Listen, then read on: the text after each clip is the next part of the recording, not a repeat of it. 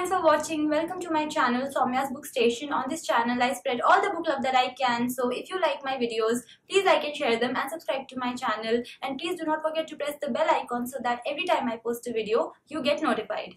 So a long time back I made a video called Types of Reader on my channel, and you can check that video out if you haven't already. I'll leave the link in the description box, or maybe you'll see it somewhere on the screen. So I thought, why not make a video about types of books? And I would like to clarify that this video is not going to be about different genres of books. No, it's going to categorize books in a different way entirely, which you will find out as you keep watching. I wanted to post this video on 23rd April, which was World Book Day, but I could not. So in this video, my friends, we are going to celebrate different types of books that grace the life of us book lovers, because what are we going to do without all these amazing books in our lives? So let's get into the video.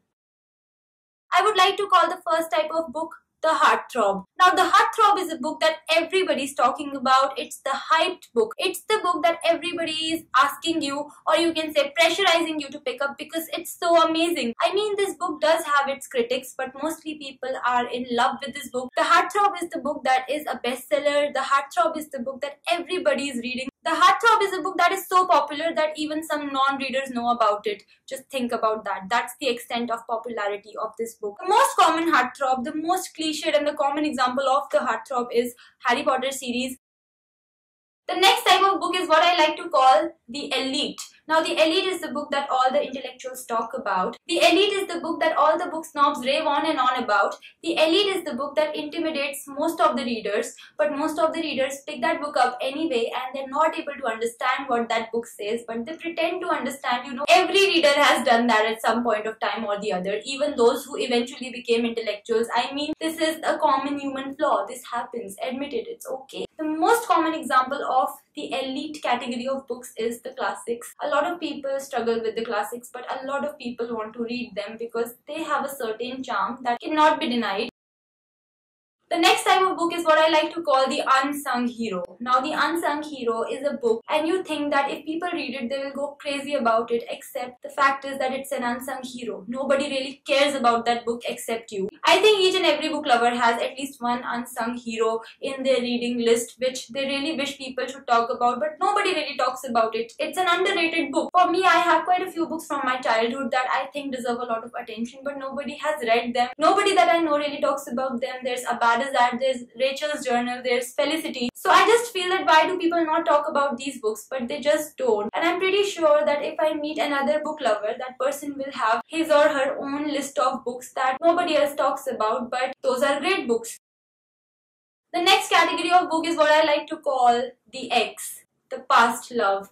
The book that you used to love in the past, but now you don't really care about that book. You're over that book. There was a point of time when you were crazy about that book, but now you have really moved on, because that's how life is. You move on. That book sits on your bookshelf, but you don't even have a glance to spare in that book's direction, you know, because there are other books that you have to read, because you have matured and you have left your past love or ex behind. For me, it is the Twilight series. I was crazy about that series when I was, I think, 14 or 15 years old, and I used to love everything about it. And I used to be a very, very staunch and loyal defender of the Twilight series. And now if somebody makes fun of Twilight, I might not join in, but I'll definitely not defend it.